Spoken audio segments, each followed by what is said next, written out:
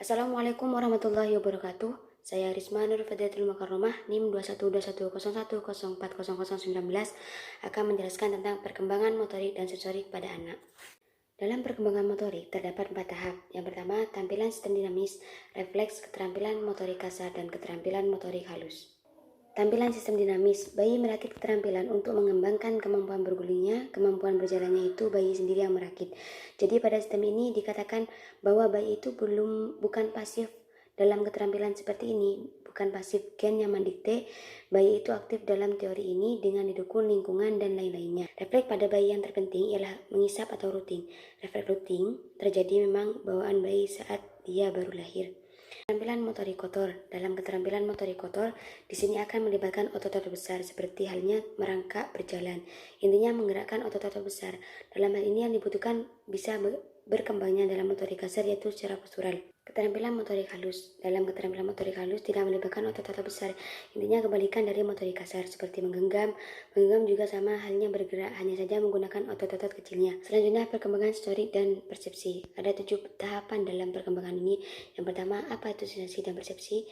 Sensasi itu ketika adanya interaksi antar informasi dengan reseptor sensorik, ya seperti mata, telinga, ataupun hidung. Persepsi adalah interpretasi dari sensorik itu.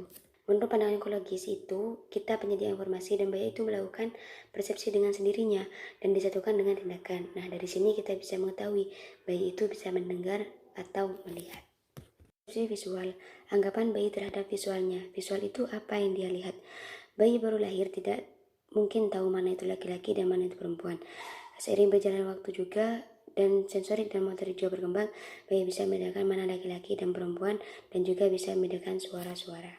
Bayi bisa mendengar dari 2 bulan di dalam kandungan ibunya. Setelah lahir, bayi bisa mendengar suara-suara kecil dengan seiring bertumbuhnya dan berkembangnya bayi. Antar moda, penyatuan ataupun perintegrasian antara 2 sensorik, seumpamanya penglihatan dan pendengaran. Misalnya, ibu memanggil.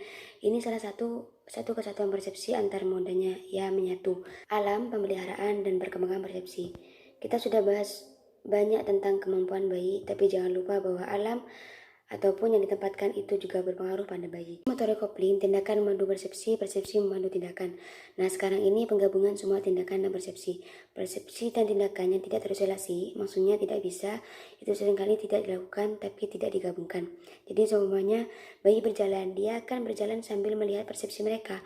Oh, di depan itu datar, sambil melangkah sambil adanya persepsi bahwa di sana itu datar dan sambil melangkah sambil adanya tindakan. Dan penjelasan dari saya, wassalamualaikum warahmatullahi wabarakatuh.